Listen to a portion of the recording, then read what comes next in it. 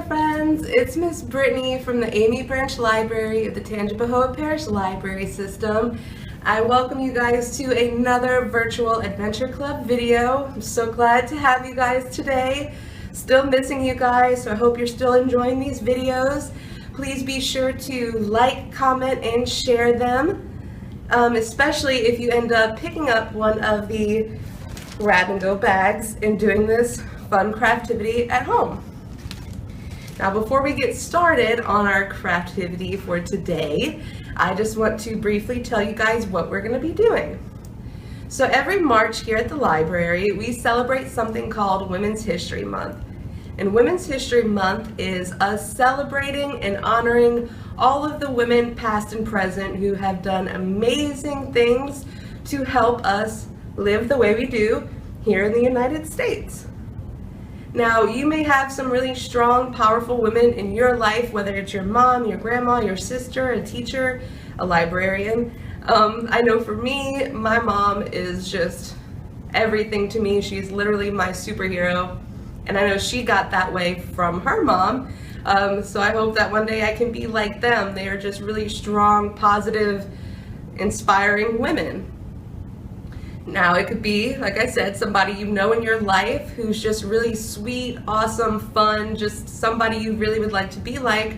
Or it could be somebody like, let's see, Mae Jemison, or there's a lot of women. There's artists, there's scientists. Today we're going to be kind of briefly talking about scientists and engineers.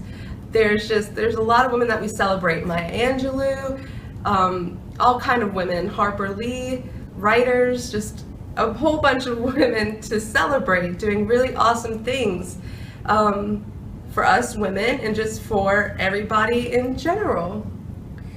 So today's craftivity is going to be based on this book right here. It's called Hidden Figures. And there was also a movie done by the same name. You can check out both things with your Tangi library card. But this story is about 4 African American women, so that's something to keep in mind. They were women, and they were colored women. And NASA hired them because they were super, super smart mathematicians and scientists, and NASA needed them and their brain power to help with the space race. But when NASA hired them, they kept these women pretty much hidden away. So anything that they did, any kind of work or progress that was done, pretty much men got the credit for it. Nobody knew at the time that there were these 4 women doing all of these brilliant things to help with space and learning about space and rockets and all that stuff. It's a really, really empowering story. I could talk about it for a while, but if you are interested in it and you're looking for something to just inspire you and make you feel like, you know what, you can do it, this is the story for it, because these women went through a lot and they did a lot, and I'm glad that they're finally getting the recognition they deserve, because it wasn't always easy for women. So before we get to our craftivity, we are going to start with some movement, warm us up a little bit. We are going to be doing, I'm going to show you guys 2 yoga poses, but I've dubbed them space yoga because they're space themed. So the first one I'm going to show you guys is called an extended mountain pose, or it's also called the sun pose.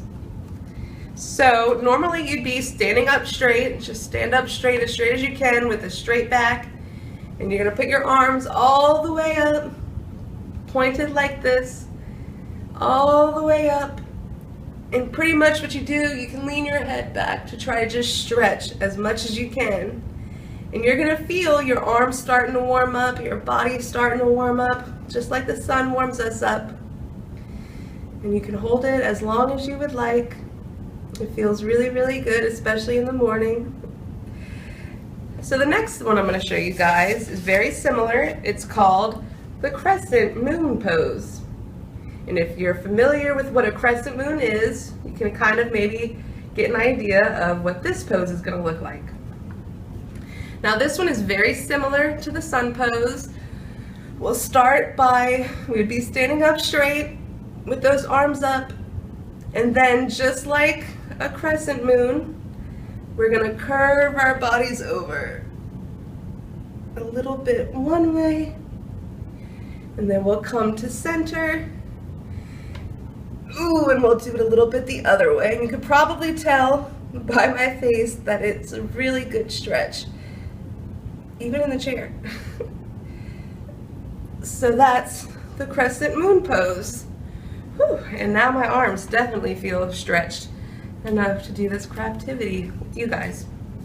So we're gonna get all of this out the way and get to the really fun stuff. This is going to be a fizzy moon painting, and we are going to be making our very own fizzy paint.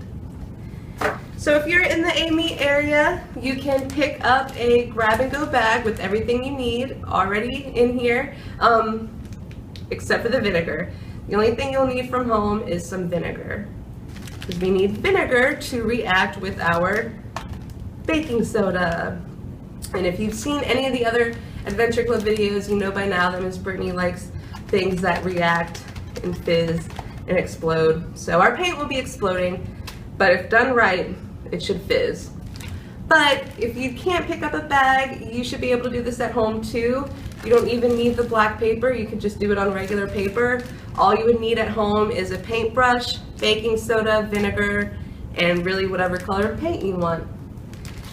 So I've been calling this a craftivity because we're crafting, we're gonna be doing art, but it also blends in a little bit of science, a little bit of STEAM, because we'll have our baking soda and our vinegar, which reacts, right?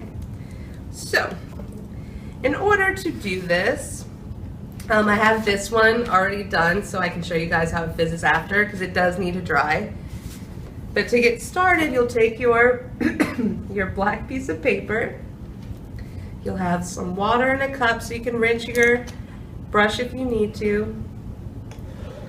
You'll have a bowl, and in the bowl, you'll put a little bit of your paint. If you get one of our bags, it's gonna be blue paint because that shows up really nicely on top of the black paper. So you pour a little bit of your paint in there. And then you dump in some of the baking soda, about maybe a tablespoon. You want to start off with just a little bit at first, because you're going to want the texture of the paint to be a little chunky. We don't want it to be watered down, so you just mix it all together. Like in this one, I should probably add some more baking soda, because you're going to want it a little chunky. And if you're doing this inside, you might want to put a tablecloth down just to be safe, or some newspaper or something. So, it might be a little hard to see, but it's starting to get a little thick. And that's what we want. We want to make sure that that baking soda is going to be in there so that we get the reaction that we want to get out of it. So then, super simple, you just paint your moon. Or if honestly you just want to paint something else, just whatever you really want to paint with your fizzy paint, you go ahead and you paint it. Now it is a little hard to paint with because it is thick, so you'll have to have some patience, maybe have some cool music playing in the background, but you'll just want to paint it on there.